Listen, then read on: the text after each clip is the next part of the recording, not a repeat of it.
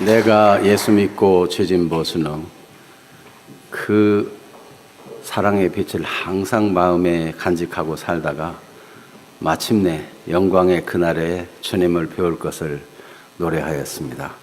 우리는 이 소망을 가지고 살아갑니다. 오늘도 하나님의 나타나심을 경험하는 예배, 죽어 천국에 가서만 그 빛을 보고 그 하나님 뵙는 것이 아니라 이 땅에 사는 동안도 하나님의 나타나심을 경험하는 생애가 되기를 축복합니다. 하나님 말씀대로 되는 은혜가 있기를 축복합니다. 아멘. 어떻게 하면 그렇게 될 수 있을까요? 오늘 말씀이 야곱은 그 일족이 다 멸족되기 쉬운 그런 위기 속에서 하나님을 찾았고, 하나님은 베델로 올라가라, 거기서 내게 제단을 쌓아라 말씀하셔서 그렇게 위기 속에서 베델로 올라와 하나님께 제단을 쌓았습니다. 그런데 마치 이 앞부분 성경을 읽지 않았다면 깜빡 속을 만한 얘기가 9절에 나오고 있습니다. 야곱이 밧담 아람에서 돌아오매. 사실은 밧담 아람에서 돌아온 지가 10여 년이 지났어요.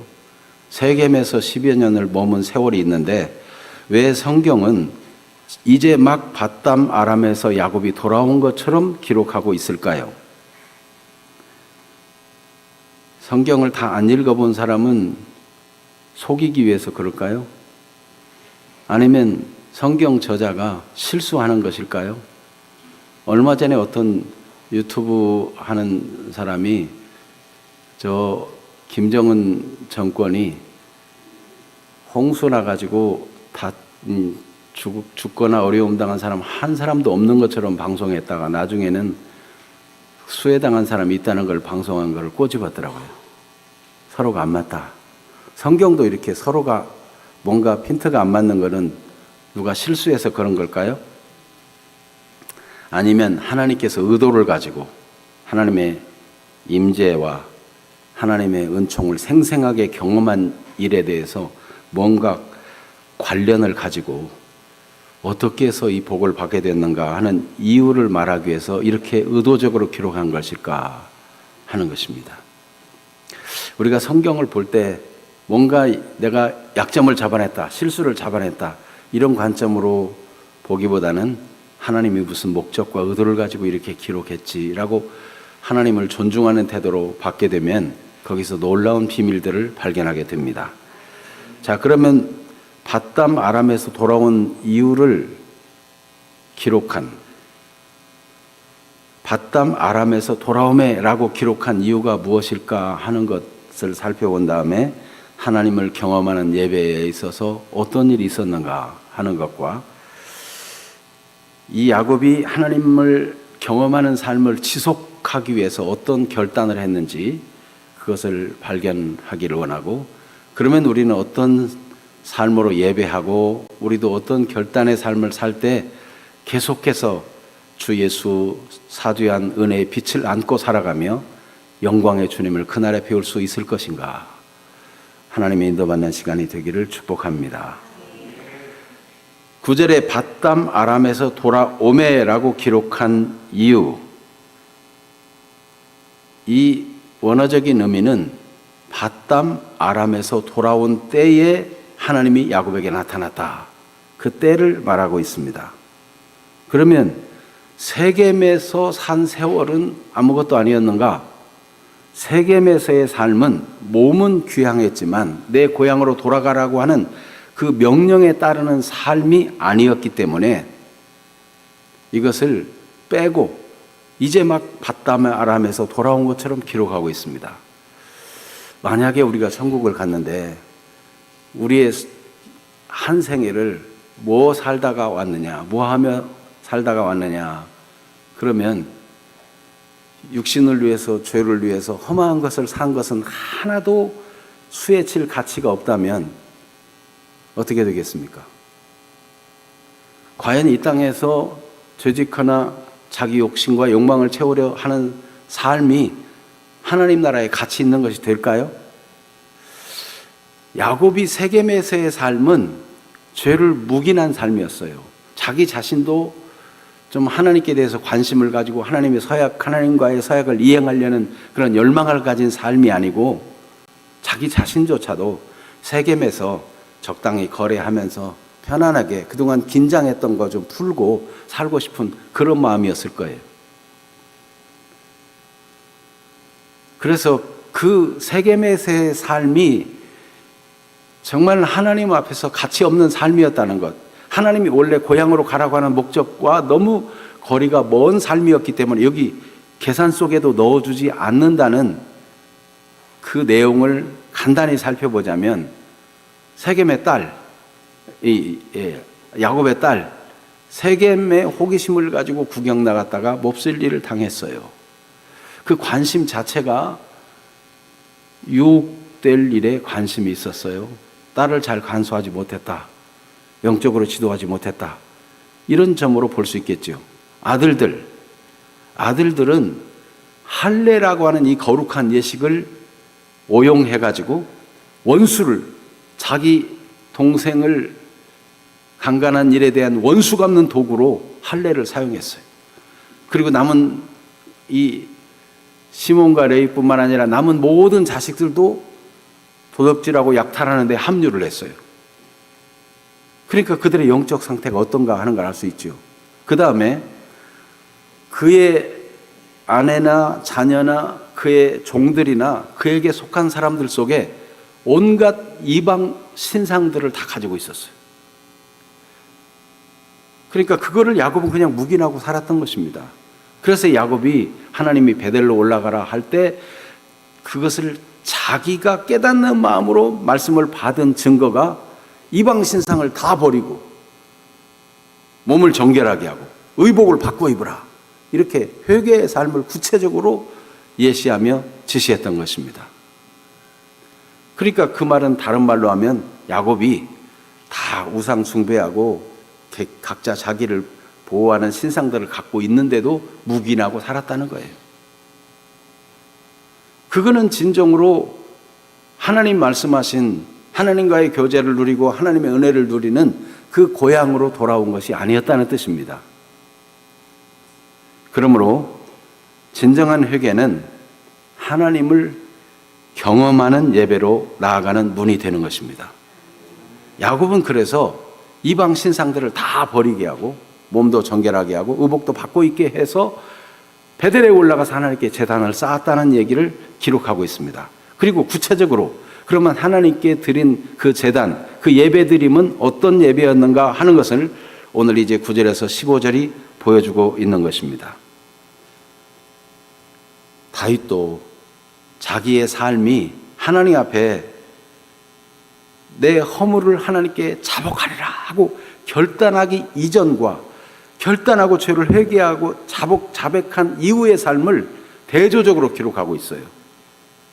이전의 삶은 얼마나 죄를 회개하지 않고 자백하지 않고 죄를 마음에 품고 내가 죄를 지었습니다 입으로 토설하지 아니하고 살던 삶이 얼마나 무겁고 힘겨웠는지를 시편 32편에 말씀하고 있고, 그리고 죄를 회개하고 자백하고 난 후에 그 기쁘고 행복한 삶을 말씀하고 있는데, 시편 32편 3절에서 6절 말씀을 교독해 보겠습니다. 먼저 제가 3절을 읽습니다. 내가 입을 열지 아니할 때에 종일 신음함으로 내 뼈가 쇠하였도다. 주의 손이 주야로 나를 누르시오니 내 진액이 빠져서 여름 가뭄에 마름같이 되었나이다. 야, 얼마나 이게 생생한 표현입니까? 몸에 진액이 다 빠져나갔어요. 뼈가 다 골다공증 걸린 뼈처럼 됐어요. 여름 가물에 쩍쩍 말라진 논바닥처럼 되었어요. 회개하지 않으니까 심령이 답답하고 메마르고 주님이 막 날마다 진 누르는 것 같은 고통 속에 살았어요. 그런데 내가 이르기를 내 허물을 여호와께 자복하리라 하고 주께 내 죄를 아뢰고 내 죄악을 숨기지 아니하였더니 곧 주께서 내 죄악을 사하셨나이다.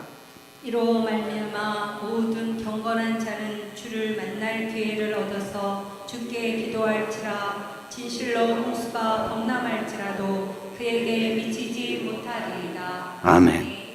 그렇습니다. 주님이 내 죄를 사하시고 은혜를 주시고 그가 회복되니까 홍수가 범람할지라도 그에게 미치지 못하도록 하나님이 둘러 진을 치고 보호하실 것을 확신하는 자리로 나아가게 된 것입니다.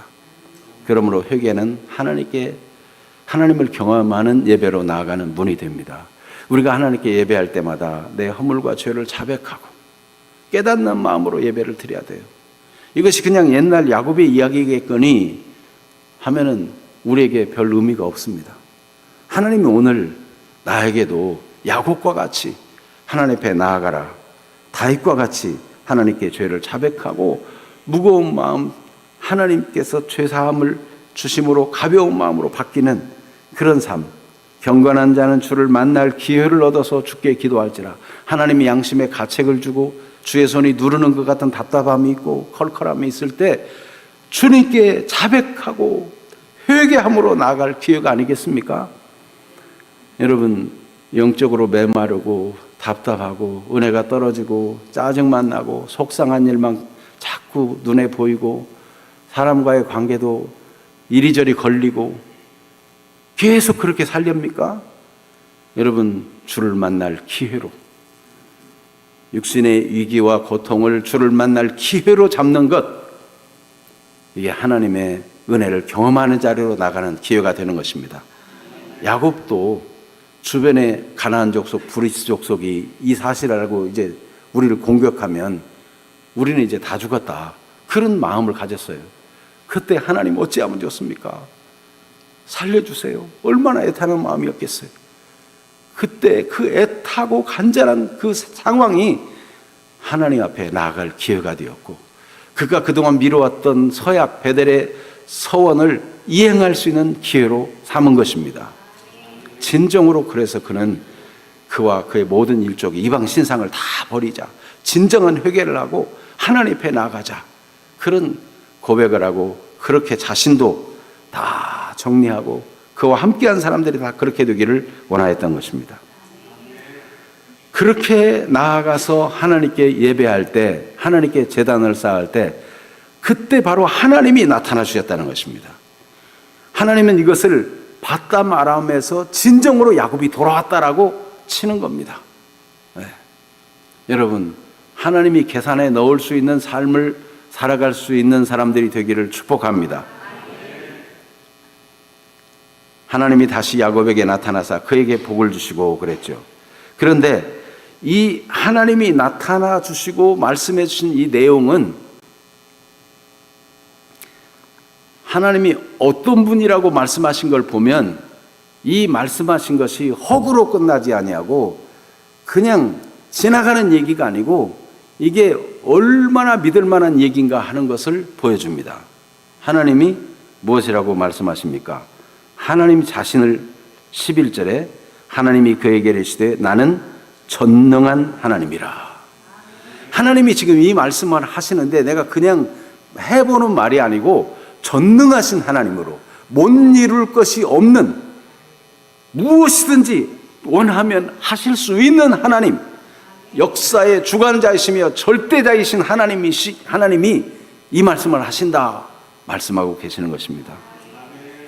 여러분, 야곱에게 주신 이 말씀을 자세히 들어본 다음에 오늘 나에게는 무슨 관련이 있기에 오늘 이 말씀을 내가 들어야 되나 하는 것을 관심을 기울이기를 바랍니다.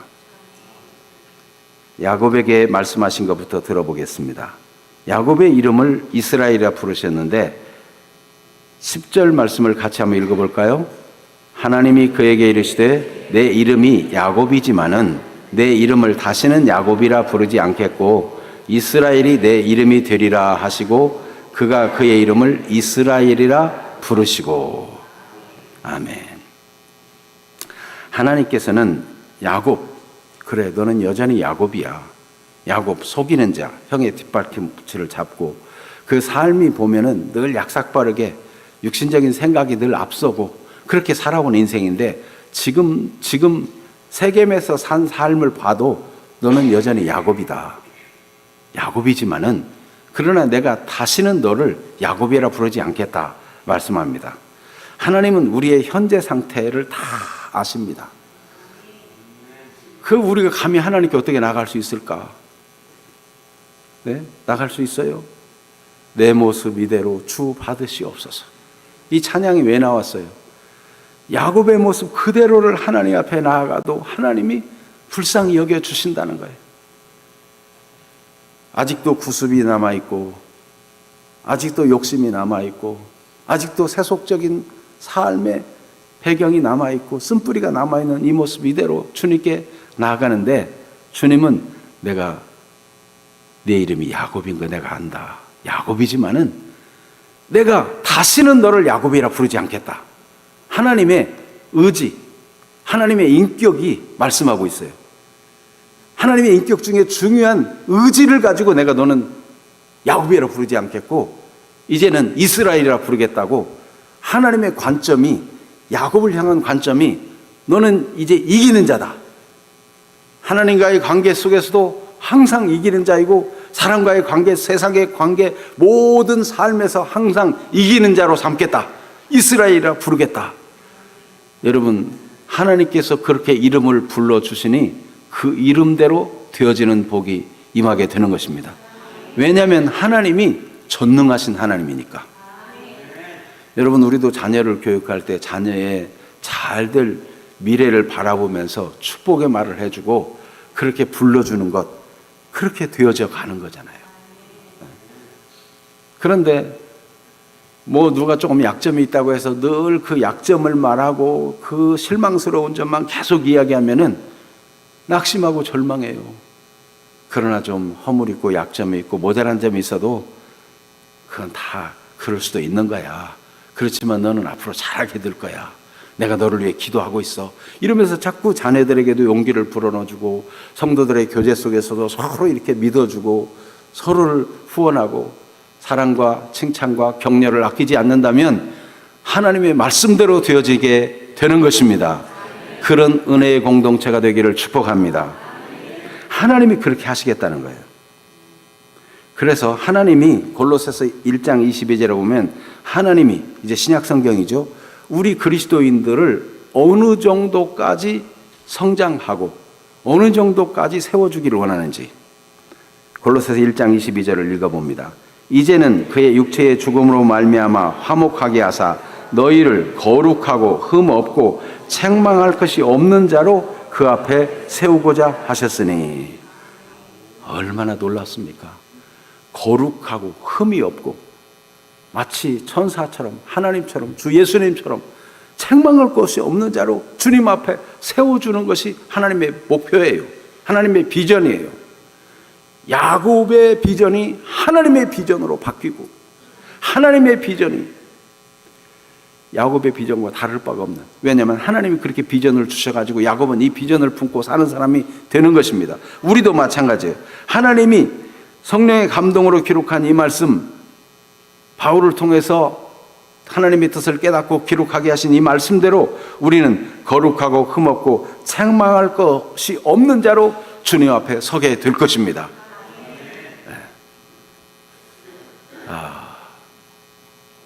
주 예수 믿고 죄사함 받은 후 그 영광스러운 주님의 빛이 우리 속에 항상 있다가 마침내 완전히 영화롭게 변화되어 그 빛 되신 주님을 그날에 뵙게 될 것이니 얼마나 소망이 충만합니까? 그날을 우리는 사모하며 사는 거예요. 그래서 여러분, 이 땅에서는 암묵하게 살다가 죽으면 천국 가는 게 아니고 이 땅에서 그 빛 가운데 살고 그 은혜 가운데 살고 그 거룩함을 추구하며 살고 경건한 삶을 사모하며 살다가 마침내 하나님 나라에서 죄도 없고 악도 없고 눈물도 없고 슬픔도 없는 그 영광스러운 나라에서 주님을 뵙게 될 것입니다. 그런 믿음의 사람들이 되시기를 축복합니다. 고린도전서 1장 8절 말씀도 같이 봅니다. 주께서 너희를 우리 주 예수 그리스도의 날에 책망할 것이 없는 자로 끝까지 견고하게 하시리라. 흔들리지 않는 견고한 사람, 믿음에 있어서 흔들리지 않는 사람, 책망할 것이 없는 자로 주님 다시 오실 때 그 앞에 주님이 세워주기를 원하세요. 상상만 한번 해보세요. 상상. 여러분, 내가 주님 앞에 섰는데 아무 꾸지람 받을 게 없어. 잘하였도다, 착하고 충성된 내 아들아, 착하고 충성된 내 딸아, 하나님이 우리 주 예수님 오실 때 아멘 주 예수여 오시옵소서, 거룩하고 흠이 없고 책망할 것이 없는 자로 주님 앞에 세워져서 주님을 맞이할 그날을 생각해 보세요. 주님은 우리를 그렇게 만들어 가기를 원해요. 그러니까 성경은 구습을 쫓는 옛사람을 벗어버리고 성령 안에서 새롭게 지은 새 사람을 입고 그렇게 새로운 피조물로서 살아가라는 거예요. 주님이 전능하신 하나님이 그렇게 만들어 가시겠다는 거예요. 주님은 그렇게 만들어 주시기를 원하는데 이익을 따라 자꾸 욕심에 빠지고 죄를 짓고 이러면 이게 그리스도인의 삶이 하나님과 방향이 안 맞아요. 한때 코드가 맞는다 안 맞는다 그런 말들이 많이 유행했는데, 여러분 우리가 주님과 코드가 맞는 삶을 살아야 되겠어요? 아니면 주님과 코드가 영 안 맞는 저 지옥 갈 사람 비슷하게 살면 되겠어요? 물어보나 마나죠? 네, 주님과 코드가 잘 맞는, 주님과 늘 동행하는 그런 분들이 되기를 축복합니다. 야곱에게 그렇게 말씀하시는 거예요. 지난날 너는 어떤 인간이었지 하고 비난하지 아니하고 하나님이 너를 이스라엘이라 부르겠다 말씀하시고 이스라엘다운 이스라엘이 되도록 그렇게 만들어 가시는 겁니다. 그 다음에 생육하고 번성하라고 축복했습니다.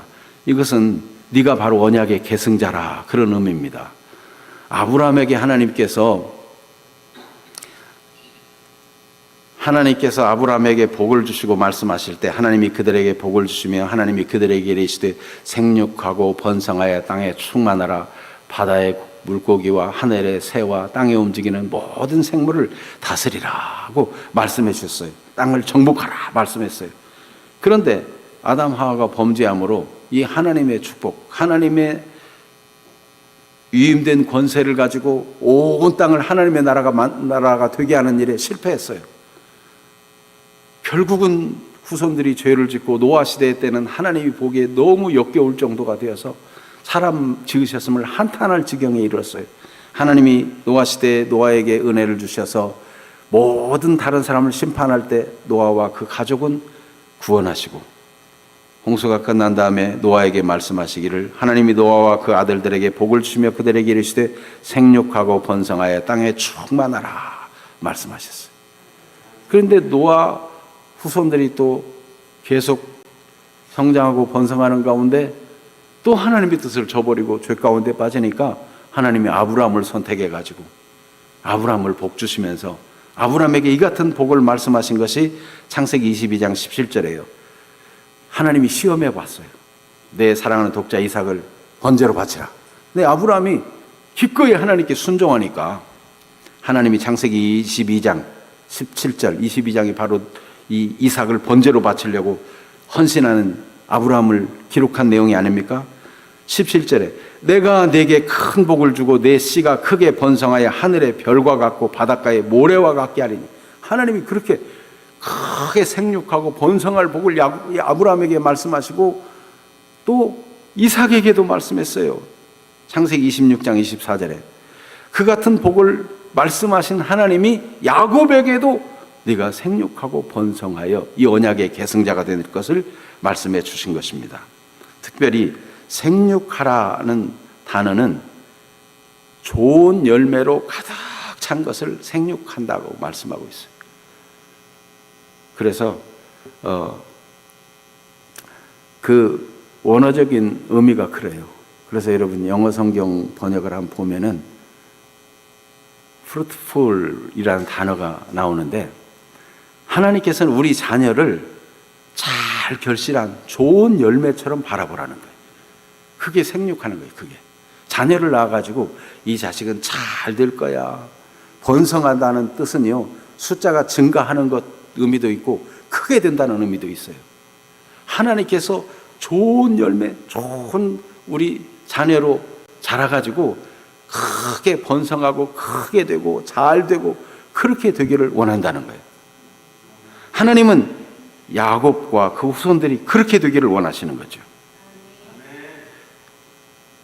그리고 그 땅을 약속해 주시는데 하나님께서 그 번성하는 중에 얼마나 잘 되고 복되는지 큰 민족을 이루고 거기서 왕이 나올 것까지 말씀해요. 11절을 같이 읽어봅니다.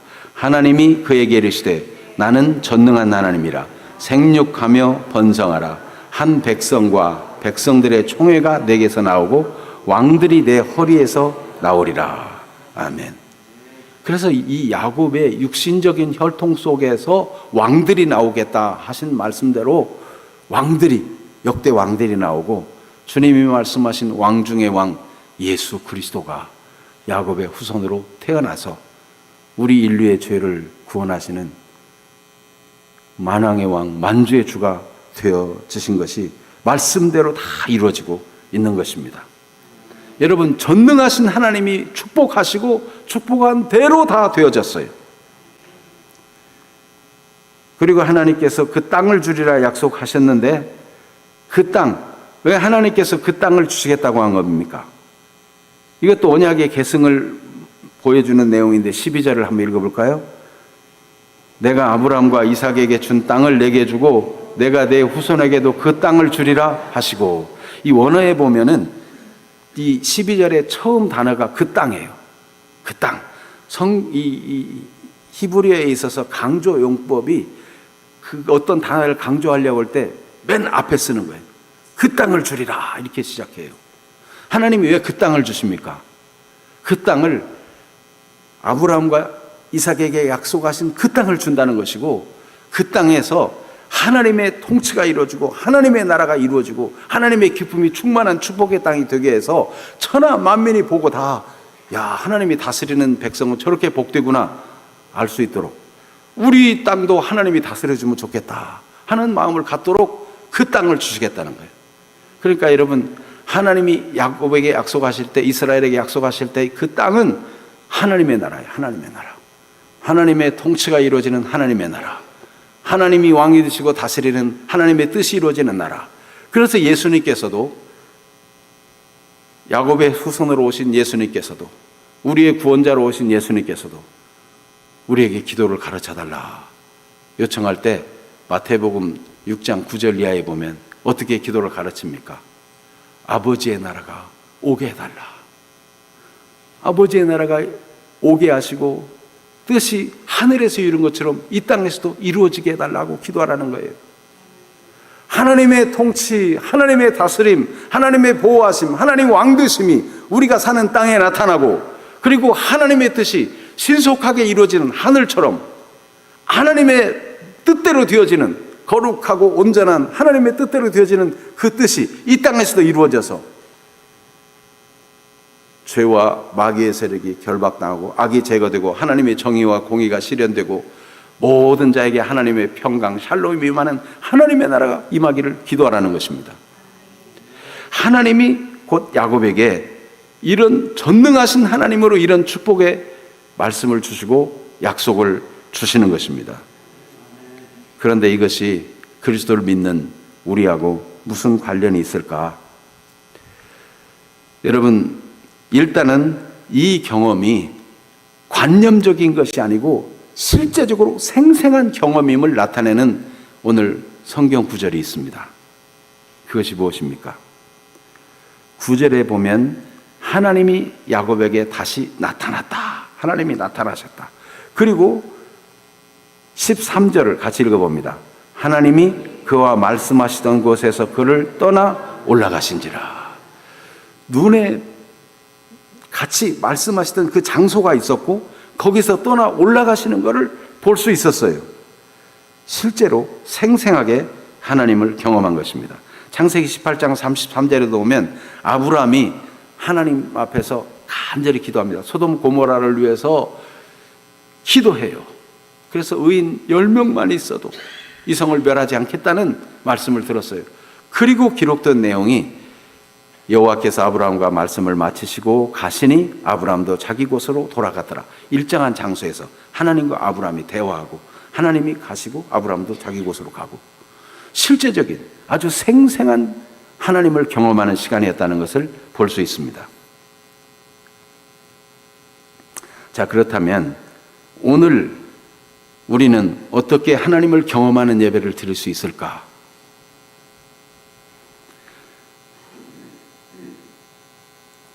오늘 하나님 말씀을 나에게 주시는 말씀으로, 이건 옛날 역사적인 얘기가 아니고 하나님이 오늘 나에게 주시는 말씀으로 받아가지고 하나님 말씀을 믿는다면 하나님의 나타나심, 하나님의 일하심을 경험하게 됩니다. 그것은 하나님께서 신명기 5장 3절에 보면 모세를 통해서 말씀하신 바인데, 과거에 20세 이상으로 나온 세대는 광야에서 다 죽었어요.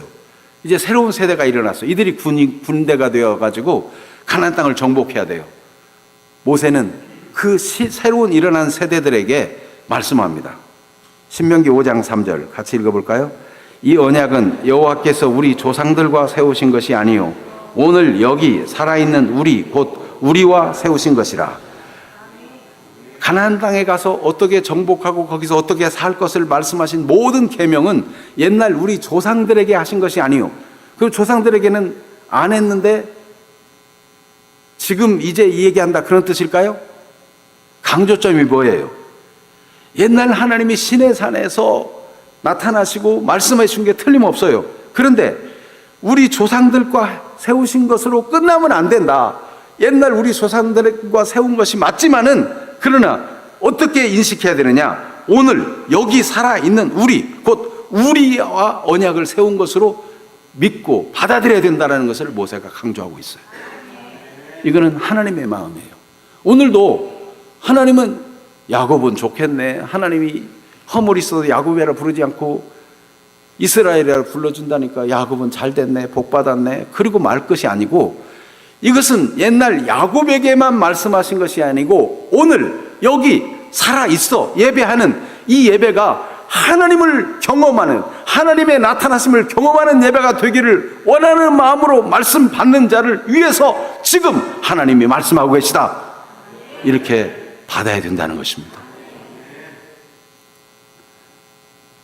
이런 일은 신약에도 있어요. 데살로니가전서 2장 13절에 보면 바울이 말씀을 전할 때 데살로니가 교인들이 말씀을 사람의 말, 바울의 말 그렇게 받지 아니하고 하나님의 말씀으로 받았다는 거예요. 그랬더니 하나님의 나타나심이 경험되기 시작했어요. 이 우리가 바울 서신서들을 보면 어떤 사람들은 바울은 만나면 말도 시원찮고 뭐 이런데 떠나 있어서 편지 쓸 때는 너무 막 담대하게 막 강력하게 쓴다 이러고 바울을 우습게 보는 사람도 있었고, 바울이 사례비를 안 받고 그냥 자비량하면서 선교했다고 그래가지고 무슨 별로 권위가 없는 사람처럼 생각하는 사람도 있었어요. 그런데 이 데살로니가 교인들은 바울의 약점과 허물, 환난 중에서 데살로니가 교회 복음 전할 때 환난 중에서 전하고 급히 떠나야 되었거든요. 그런데도 환난 중에서 복음을 받으면서도 그 말씀을 들을 때 사람의 말로 받지 않고 바울의 약점을 생각하며 받지 아니하고 하나님의 천사처럼, 그리스도처럼 하나님이 지금 우리에게 말씀하신다, 이런 자세로 말씀을 받았더니 그들 속에 하나님의 역사가 나타났다는 거예요.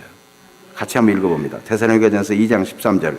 이러므로 우리가 하나님께 끊임없이 감사함은 너희가 우리에게 들은 바 하나님의 말씀을 받을 때 사람의 말로 받지 아니하고 하나님의 말씀으로 받음이니 진실로 그러하도다. 이 말씀이 또한 너희 믿는 자 가운데서 역사하느니라. 하나님의 말씀은 살았고 활력이 있습니다.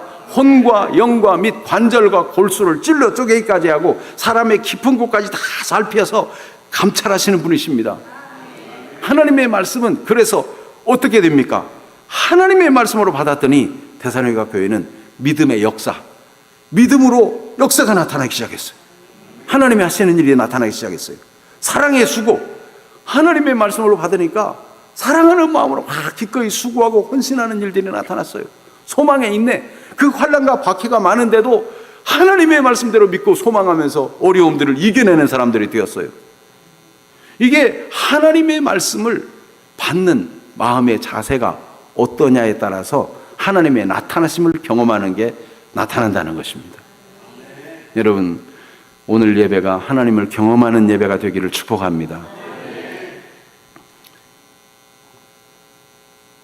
그래서 말씀을 전하는 자나 받는 자나 다 능력과 성령과 큰 확신으로 복음을 전하고, 받는 자는 하나님의 말씀으로 받고, 그렇게 해서 하나님이 지금 우리에게 말씀하시고 우리도 이렇게 인도하기를 원한다.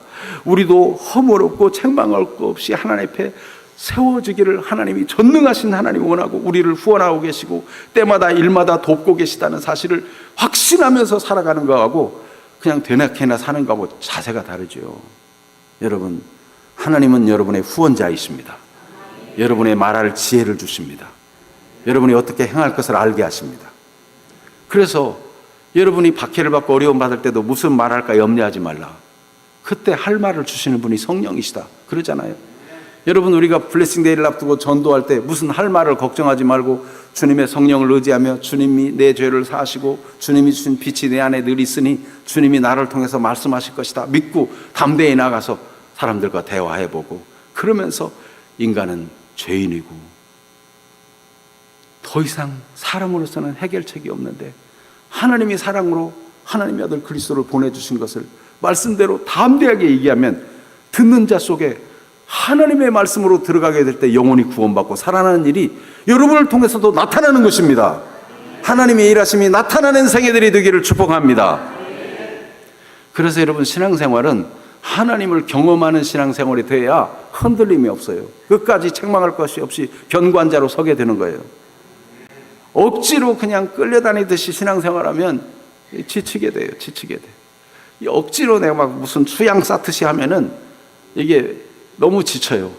아, 이제 이만큼 교회 다녀봤으니까 이제 좀 쉬어야 되겠다. 아니, 이 좋은 세상에 다른 사람은 가을 됐다고 다 놀러 다니는데 내가 이게 일찍이 교회 나와가지고 이거 매여 사는 게 이게 내 꼴이 뭐야, 이렇게 생각되죠.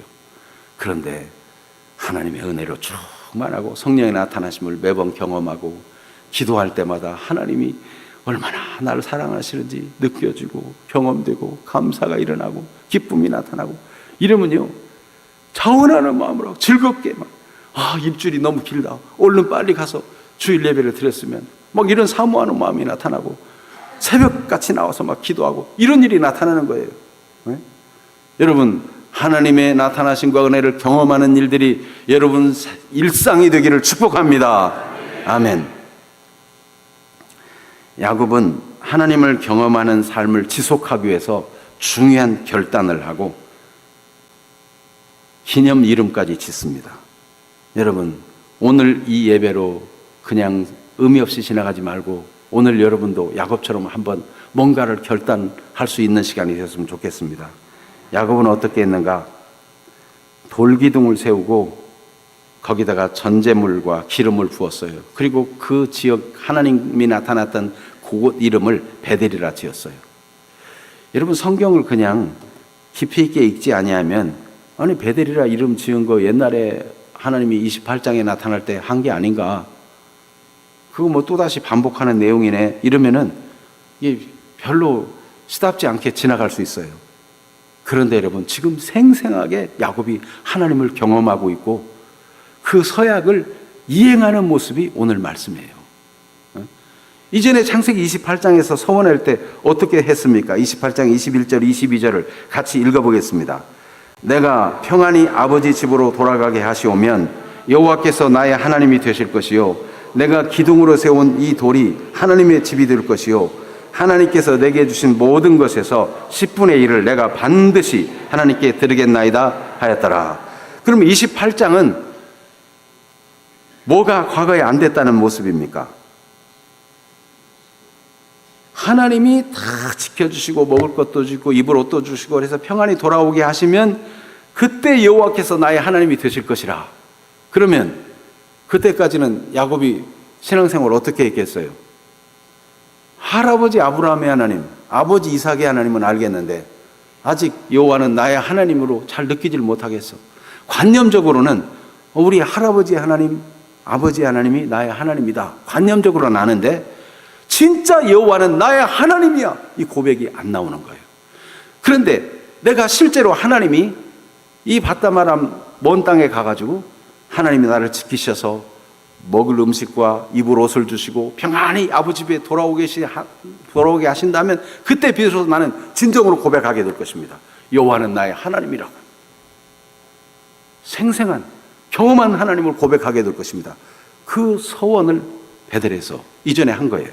그리고 내가 기둥으로 이 세운 돌이 하나님의 집이 될 것입니다. 지금 높은 사다리 꼭대기에서 말씀하신 하나님을 환상해 봤지만은 지금 내가 그럴 마음이 있다고 말하지만은 아직 그만큼 헌신한 태도는 아닌 거죠. 하나님이 그렇게 만일 해 주신다면 그렇게 될 거라는 거예요. 그때도 돌에 기름을 붓고 기둥을 세우고 그랬어요. 또 하나님께서 내게 주신 모든 것에서 10분의 1을 내가 하나님께 반드시 드리겠나이다. 그러면 이 말을 두 가지로 이해할 수 있어요. 반드시 드리겠나이다. 여기에 강조점을 주면은 야곱은 이전에 11조를 드리기도 하고 안 드리기도 하고 드렸다가 떼먹기도 하고 건너뛰기도 하고, 그런데 이제부터는 반드시 드리겠습니다. 내가 하나님 경험한다면은 그런 뜻이 될 수 있고, 이전에는 11조 안 드리고 하나님의 주권을 인정하지 아니하고 내 꾀와 내 마음대로 살아왔는데 그렇게 하나님의 은혜를 경험한다면 반드시 11조를 드리겠습니다. 그런 의미도 될 수 있어요. 어쨌든 지금까지 이 베델에서 28장에 서원할 때까지는 11조 문제에 있어서 온전하게 하나님 앞에 드리는 삶이 안 되었다라고 볼 수 있어요. 추론이죠. 네. 그런데 오늘 말씀은 어떻습니까? 오늘 말씀은 11조가 있어요, 없어요? 그러면 11조를 서약했는데 이제 11조는 까먹었을까요? 자, 그러면 말씀을 다시 한번 읽어보겠습니다. 14절 같이 읽어봅니다. 야곱이 하나님이 자기와 말씀하시던 곳에 기둥 곧 돌기둥을 세우고 그 위에 전제물을 붓고 또 그 위에 기름을 붓고 그랬어요. 하나님이 자기와 말씀하시던 그 곳에 돌기둥을 세웠어요. 이전처럼. 그리고 거기다가 그 위에 뭘 부었어요? 전제물. 그러면 이 전제물이 뭐냐 이거예요. 전제물. 전제물은 사실 지금 구약 창세기에서 처음 등장하는 단어인데 하나님 앞에 드리는 제물 중에 마지막 붓는 거예요. 하나님께 번제나 소제를 드리고 나서 마지막으로 붓는 그런 제물인데, 술처럼 따라 붓는 건데, 이 전제물을 붓는 경우가 민수기에 보면 나실인들이 전제를 드리는 것을 기록하고 있어요. 레위기 23장에도 이 전제 드리는 게 나오는데, 특별히 나실인에 대해서 민수기 6장 17절에 화제물로 순양의 무교병 한 광주리를 아울러 여호와께 드리고 그 소제와 전제를 드릴 것이요. 그리고 18절에 자기의 몸을 구별한 나실인은 이렇게 돼 있어요. 그러니까 나실인에 대해서 쭉 이야기하면서 그 하나님 앞에 나실인은 자기 삶 전체를 하나님께 드리겠다는 거예요. 자기 삶 전체를 드리겠다는 의미로 전제물을 모든 제물 후에 붓는 거예요. 이것을 바울도 그가 기독교의 박해로 죽음이 임박했다는 걸 느끼면서 그는 헌신을 다짐합니다. 내가 이 목숨 다할 때까지 하나님을 위해 살겠습니다. 그러면서 고백하는 그 고백이 디모데 후서 4장 6절에 전제와 같이 내가 벌써 부어주고 나의 떠날 시각이 가까웠도다. 내 삶을 전부 다 하나님께 부어드리고 이제는 떠날 시각이 가까웠다. 여러분, 야곱은 전제물을 부어드렸어요. 그 삶 전체를 하나님께 드려 살겠다는 거예요. 11조만 드리는 거하고 자기 삶 전체가 자기에 포함된 모든 것이 하나님의 것이다라고 부어드리는 거하고 어떤 게 더 커요?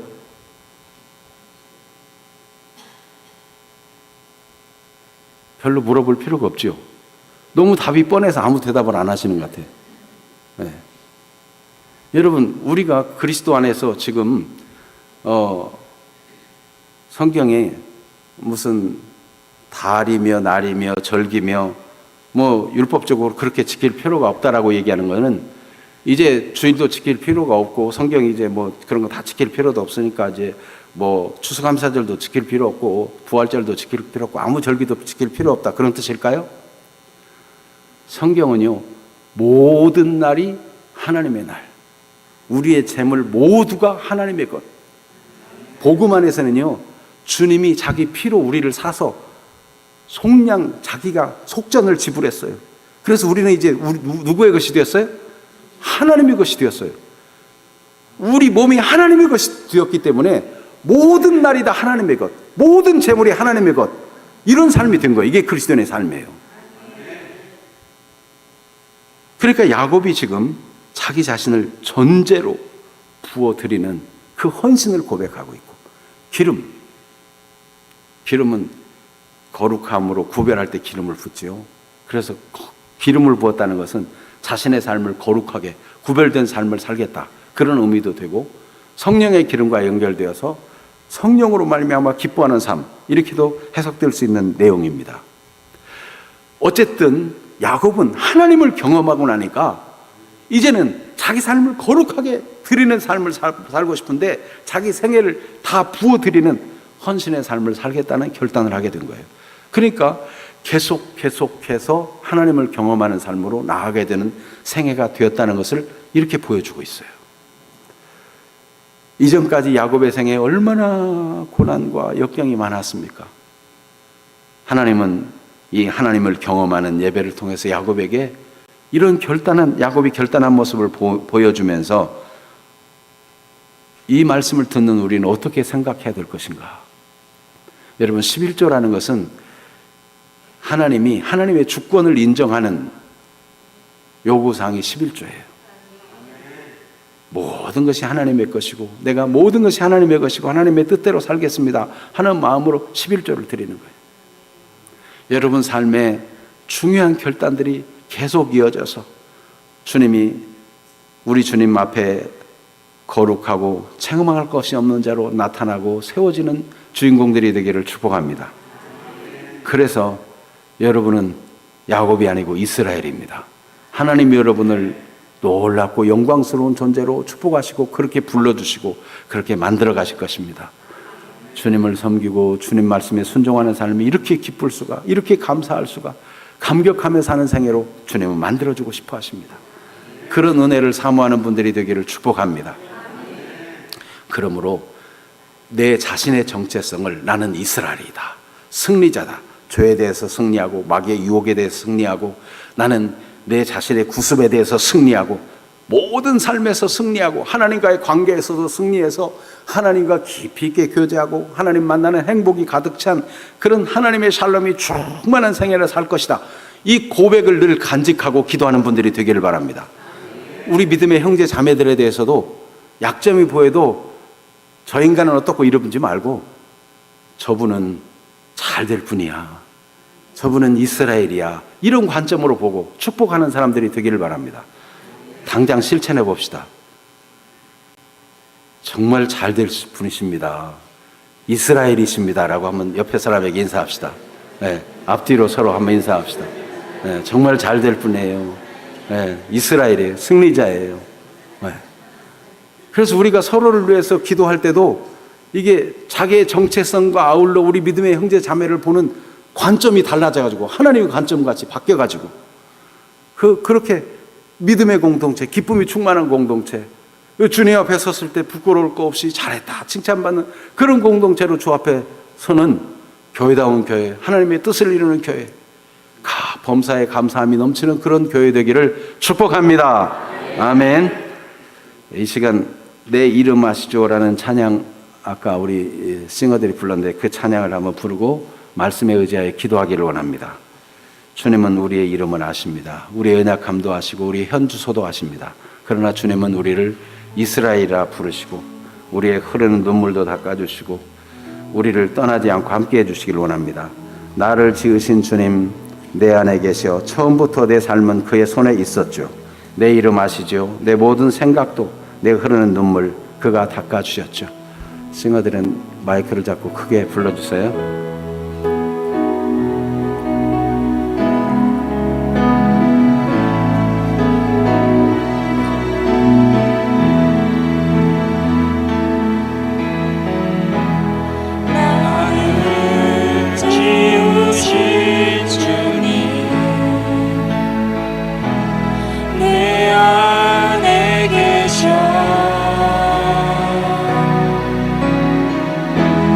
처음부터